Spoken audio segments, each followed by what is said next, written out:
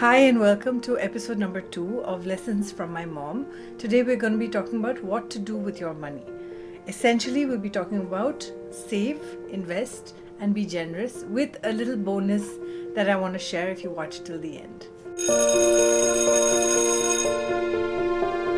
Now I'm going to give you a quick disclaimer. Number one, don't be pressurized. My mom was an amazing mother, and like a lot of our mothers, she knew everything and she knew how to do things correctly, and sometimes we fall short. So don't feel pressurized. So that's number one. Number two is I'm a work in progress. So like we all are. So and number three is it takes a lifetime sometimes to learn these tips and tricks. I am not even halfway there. I'm not even 10% of these things that I ought to have learned by now. But I just wanted to share this because it's nice to remember all these things, because it's nice for you to remember my mom and also share these lessons, and hopefully you can learn or get some value from this as well. So let's get started. These are lessons from my mom. Episode 2, what to do with your money. Now I cannot talk about my mom without talking about my grandmother. My grandmother was Amachi, as I called her, and she never worked a day in her life. When I mean that, I mean she was not employed. She worked like tirelessly all day, all night. I mean, she was the quintessential mom. She saved money. She was very generous. She was smart, and because she was never employed, it's amazing to know that she actually was able to pay for her own funeral expenses. How did she do that? Well, she was frugal and smart about the pension that received from my grandfather. So I cannot mention that without talking about my mom, because I really believe that my mom learned a lot from her mother, as I am learning from my mother. My mom married when she was very young. She had just come out of college, and she had a lot of support and encouragement from my dad. With that, she was trained, and then she got jobs, and through her jobs and the blessings she had from God, definitely she had a lot of grace from God. She was able to have a beautiful career, and through that career, she had an amazing sense of finance, where she again saved, invested, and was generous. So I'm gonna just get into it. Let's begin first with save.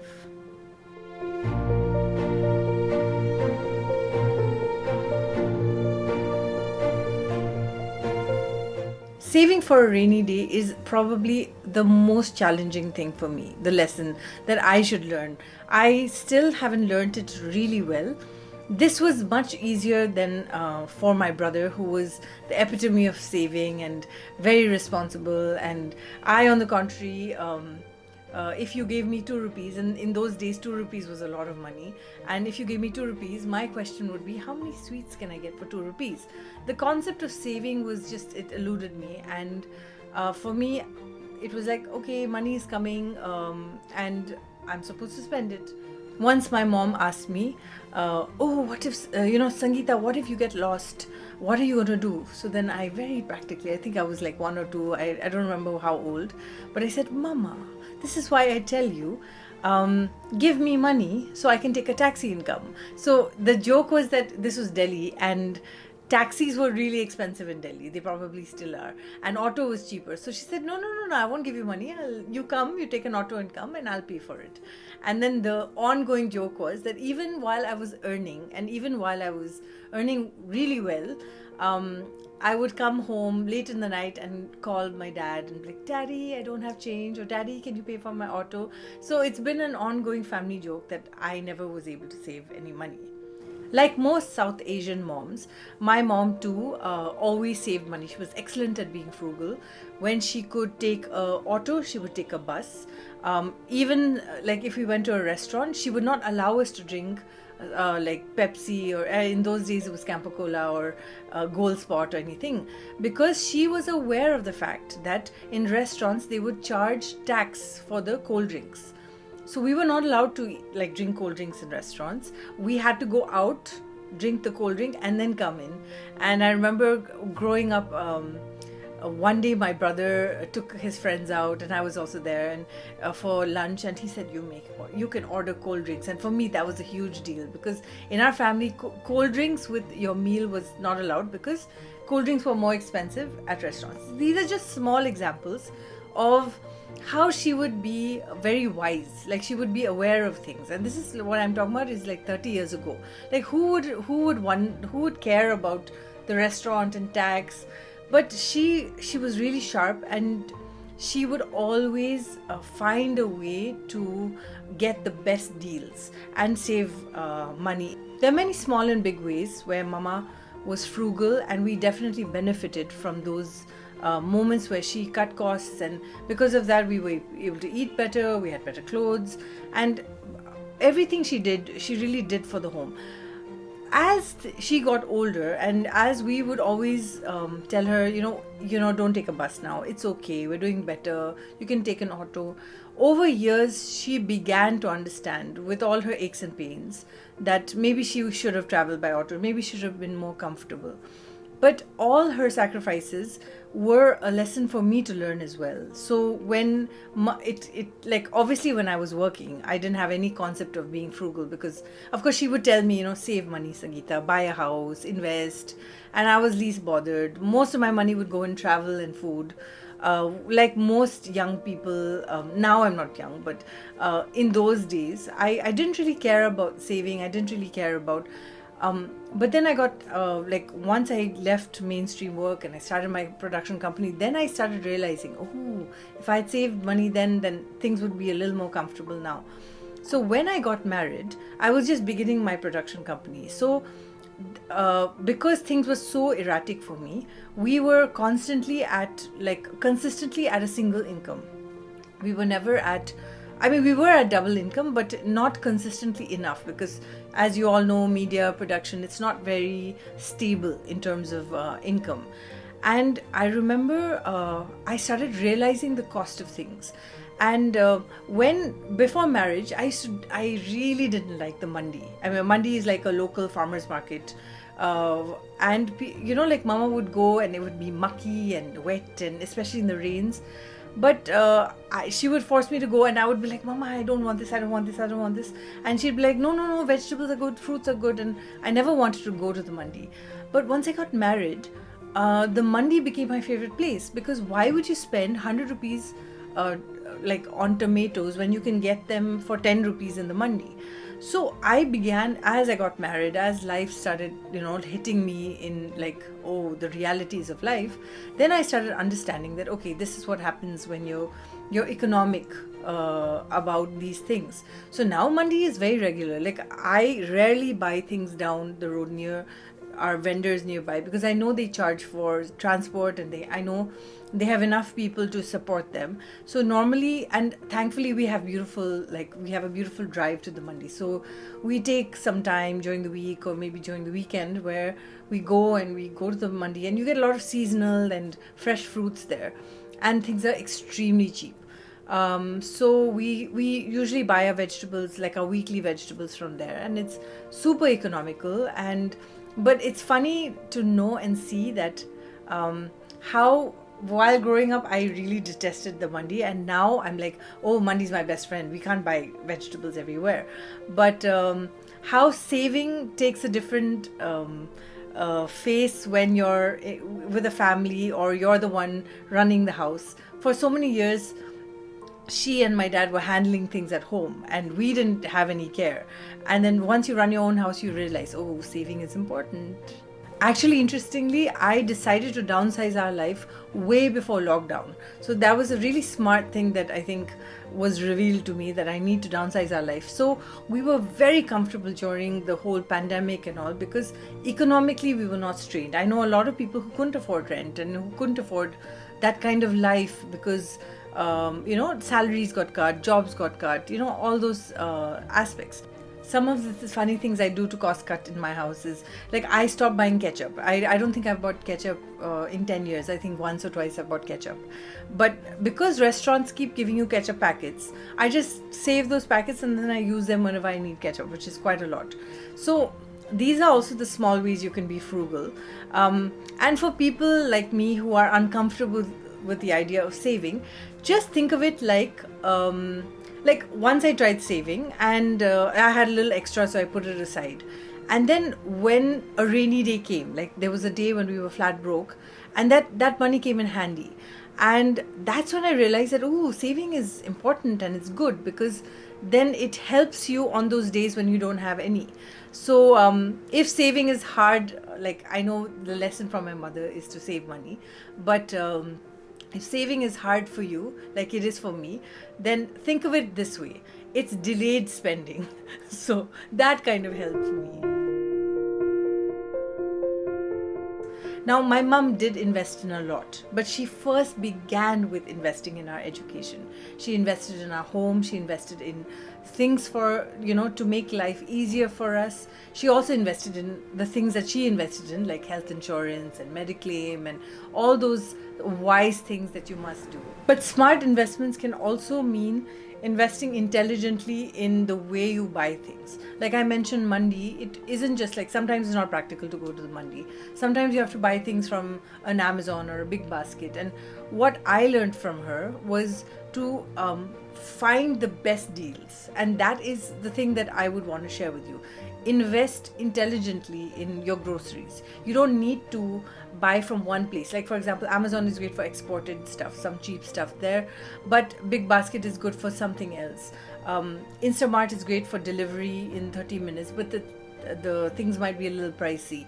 Whereas Star Bazaar is good for meat and salad leaves, and DMart is good for oil. And you see, like, what I'm sharing is, in my area, but in your area, there may be these kind of versions of it. Like one place that's good for, household stuff, one place good for meat. What I do is I don't shop in one place. I shop in multiple places so I can save money. And that I actually learned from my mom, where she found the best deal, to the point where she would even find a vendor. Like I remember I shared with her that I liked Arun ice cream and it was only available in Vasai. So she said, okay, let me find out if there's, where it's available in Bombay. And she couldn't find anybody. So she called the Chennai office and she found the vendor and ordered like a bulk supply. So he delivered the ice cream to her. So that is how, and of course it was much cheaper than, buying it in outlets. So she was really smart into investing correctly. Actually, investing correctly is more easier for me than saving money, because investment means you have to think, plan, research. Like a few years ago, actually not a few years ago, 13 years ago, I was in Delhi and I had to like make a decision to buy a TV. And in those days, you had LCD, LED TVs with HDMI outputs. So 13 years ago, I bought a LCD TV with USB and HDMI output. And it was a really good TV, very good sound. And even today we're using it because I think 6 or 7 years ago, not 6 or 7 years ago, a few years ago, I bought the Apple TV, the old Apple TV, I think second generation. And I used the HDMI cable and connected it, and didn't just make my normal TV into a smart TV, because it drove your Wi-Fi into my normal TV, but it connected with my computer, and then I was able to use my computer like it is a VCR, right? The second port I connected a Fire Stick, so now my normal TV is a smart TV. So I didn't even need to spend extra, and my TV has lasted me 13 years. So those are the things that I would call smart investment. It doesn't mean things were cheap, but it means that you buy these essential things that come together to really make your life easier. And if I may share, even with my kitchen, initially when you get married, you get a lot of gifts. So we got some coupons and we bought your Teflon frying pan and all these things. But I found that they were they were like fading and like getting spoiled really fast, and every 2 years I'd have to pick up a new set, and I didn't like that. I felt like, why do I have to keep buying it? Is there any other way that I can invest in some pots and pans that last me a little longer than 2 years? Then I researched and discovered about cast iron pans, which can last through generations, as long as you maintain them well and all. Now, it was expensive. Cast iron is not cheap, But then I planned like every month. If I had some extra money lying around, I would buy a pot, or every 2 months or every 6 months. Even if someone wanted to give me a gift, if they said, "What do you want?" I'd be like, "One lodge band, please." So what happens is, I find that, like, tomorrow, if I go for a wedding, I don't think I'm going to be giving anything except a cast iron pan, because it's so valuable, and it's so it lasts long. It can be passed through generations. I mean, please invite me for your wedding, even if you don't want a cast iron pan, but whatever. So what I'm saying is that is also a kind of smart investment that I believe in. Saving is hard, but investing intelligently has become much more easier after having a family and after running a home, because I know, okay, these are the areas where we're spending money. Let's find a way to stop spending it and save. So in the long term, smart investment saves you money. Short term, it may not save you, but definitely long term, it would. Being generous. Now, I remember my grandmother, no matter how frugal she was, no matter how she invested in things, she was always good at being generous to people. She was generous with her gifts, her time, and I know for a fact that my mom was exactly like that. She was great at saving, she was great at investing, but she also was a very generous person. And if I could describe it in a way, it's like when you hold on to your money really tight. I mean, this is my example I'm giving, but if you hold on to your money really tight and you don't give it away, you can't even receive blessings. Whereas if you let go, and you let go of the money that you have, not all the money, but like, be wise, then you're able to receive the blessings too. I think this is a sermon that I heard many years ago, but it's so true. Like, the more you are tight-fisted, the more you don't allow yourself to receive the blessings that may be, for you. And I don't mean being generous not just with your money, even with your resources. Even if it means just cooking a meal for someone who needs help, or going and giving, like, you don't just need to invest cash. You can invest time, you can invest your meals, you can share a meal with someone who's sick. So that's what I mean by being generous, and that is a very important thing in terms of money as well. That it's important to save, it's important to invest, but it's also important to be generous. I believe this. Of course, this is what I have learned, this is what I've seen, and you may feel very differently, but this is what I believe. And as promised, the bonus in this is be adaptable. Now, when I say be adaptable, I do mean in terms of finances and savings and investments. But I think what happens is, like, one of the first things my mom kept saying, well, not one of the first things, one of the things my mother kept telling me over and over again was, use your brain to think. And I know it seems very obvious, but the fact is that sometimes we don't use our brains. I'll narrate a story. In Delhi, one day I was having a party, so I wanted to make a Christmas cake. So I asked my mom for the recipe, and at that time I think she was in a rush, so she gave me the recipe, but she didn't really specify on the quantity. So I made the cake, and based on the ingredients and I didn't use my brain, I really didn't. Now, in Delhi, most people drink. And in my house, I wanted to have a non-alcoholic party, and lots of people came. I wasn't like shunned and nobody came. Lots of people came, and they were very kind to adhere to the no alcohol rule of my house, and we had a great time. And then there was time for dessert, and dessert came, and then everybody was excited because the dessert was so good. So I was like, fine. Everybody, had it, and then I took a bite, and it was like 90% alcohol and 10%, like, they really had a blast after the dessert. So it was 90% alcohol and 10% cake.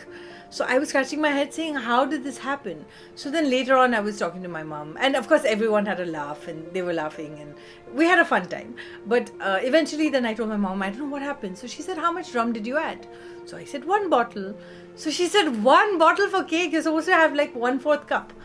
So that ties back to use your brain. Sometimes we don't realize things, so it's really important that we use our brain. The second thing is, think about other people and other people's problems. For example, if you're going out for lunch with a colleague and you don't know their finances, you don't know if they're struggling with finances, think about them.